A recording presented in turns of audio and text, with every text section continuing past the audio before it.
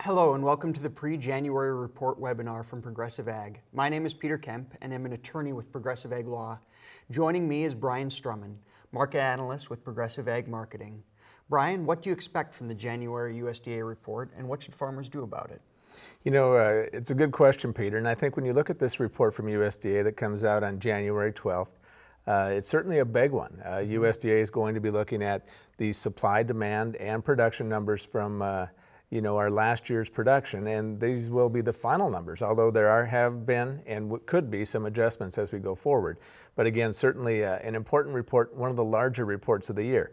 As far as corn goes, and you look at what the market's done in 2015, we've seen some slight increases as far as the yield per acre from USDA. Again, we're kind of expecting another increase in next week's report. Last month, USDA was at 169.5 bushels per acre as far as corn goes. As we look forward, we're thinking that could be increased by 2 bushels an acre for corn to 171.5 bushels. And if that happens, certainly our production numbers are going to be higher. Our ending stocks numbers will be higher too. So we're looking for some pressure in the corn market on tuesday. With that, and if that does materialize, we're looking at buying our hedges back and looking at maybe re-ownership as far as corn goes. The market, again, we're looking at possibly a 340 low in that March contract. With that, again, we'd be buying our hedges back. We would also be looking at possibly owning some calls or buying the futures. With the prospects, again, of seeing the markets as far as corn goes to see some support into spring and summer, and possibly looking at $4 corn next fall in December 16. And again, when you look at that, that would be a record yield for corn. As far as, again, the ending stocks, 1.76 million a year ago. We're certainly, again, looking at that as an increase, possibly to the neighborhood of 1.9 billion bushels again for corn. And that would also be a record as far as that production goes. Moving over to soybeans, again, we're looking at a slight increase as far as yield goes, probably 1/10 of a bushel right now. And that also leads to another increase in production and a larger ending stocks number. We're looking at the yield again being a record 48.4 bushels per acre. And when you look at that, our ending stocks number coming up to 475 million bushels. So again, stocks more than adequate, nothing bullish in these stocks numbers as we look at corn and soybeans. So we're looking for a 20 to 40 cent decline, from our futures or with our current futures position, and again, re-ownership if we get to those levels. So in a nutshell, nothing bullish about the stocks numbers.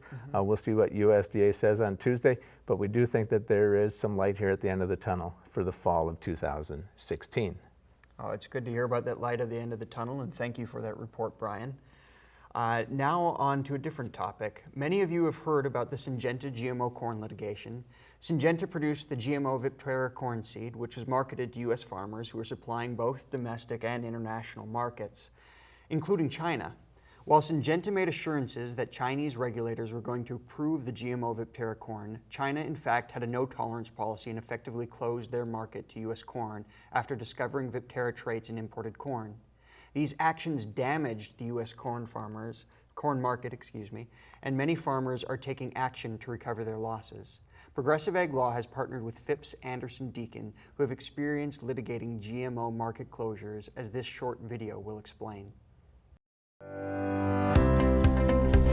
My name is Martin Phipps, and I am from the great big town of Breckenridge, Texas. I grew up in a town I like to tell people had 3 stoplights. Those values you bring from a small town, being honest, telling the truth, and standing up and believing in something, is something that we do here at our firm. I'm Barry Deacon. I'm originally from Arkansas, grew up in a family law firm. Farming's been a big part of my professional life in representing farmers and agricultural related entities my entire practice. You may ask, why hire Phipps Anderson and Deacon? The best answer I give you is because we are so proud to represent farmers that it's the most important thing when you walk into our building and see what we do. Part of my background was being involved in representing a co-op of rice farmers against bare crop science in the rice litigation that began in 2006. With my background in the rice litigation, that's important because that was genetically modified rice that was being experimentally tested that contaminated the U.S. rice crops. That litigation is very, very similar to the Syngenta corn litigation where an unapproved trait was marketed to China. What you're going to find out in this case is when Syngenta released Viptera to sell to you, they hadn't even applied to China for approval. Because of that, they took a risk, and that risk ended with you losing the China market. When you're choosing a lawyer to represent you in the Syngenta litigation, every lawyer is going to tell you that they're the best. We don't have to say anything to you. We just want you to look at our record. We are the lawyers who tried and won the rice case. We're the lawyers that developed the damage models. We're the lawyers that got the punitive damage verdicts. The rice case settled for $750 million. I'm very proud to tell you that my farmers, the people that I represented, got $50 million more than everybody else. We get asked every day, is this going to be a class action? And I want to make the answer real clear. We're not class action lawyers. We represent individual farmers against Syngenta and other big companies. And why do we do that? Because class actions don't help the clients. They only help the lawyers. Each one of you farm differently. Each one of your damages are different. So what we believe is we're going to represent you individually and not like some class action lawyer.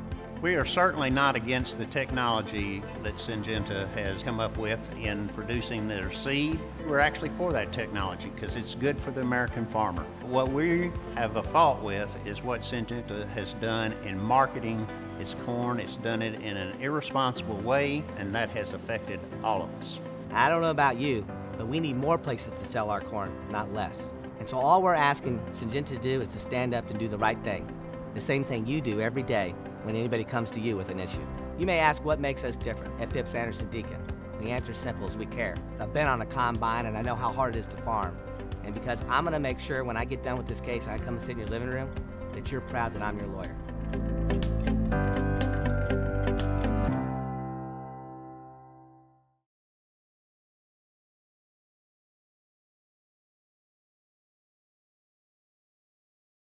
Our team is prepared to bring your claim against Syngenta. We are handling these cases on a contingency fee basis, which means we will not be paid unless we successfully try or settle the lawsuit. And we will pay all of the costs of litigation. We believe in this case and are putting our money where our mouth is. So thank you for joining us. Please be sure to watch the summary on Report Day next Tuesday, January 12th, when we will be doing a live summary of the report at noon. That live report will also be available to watch later in the day. Thank you.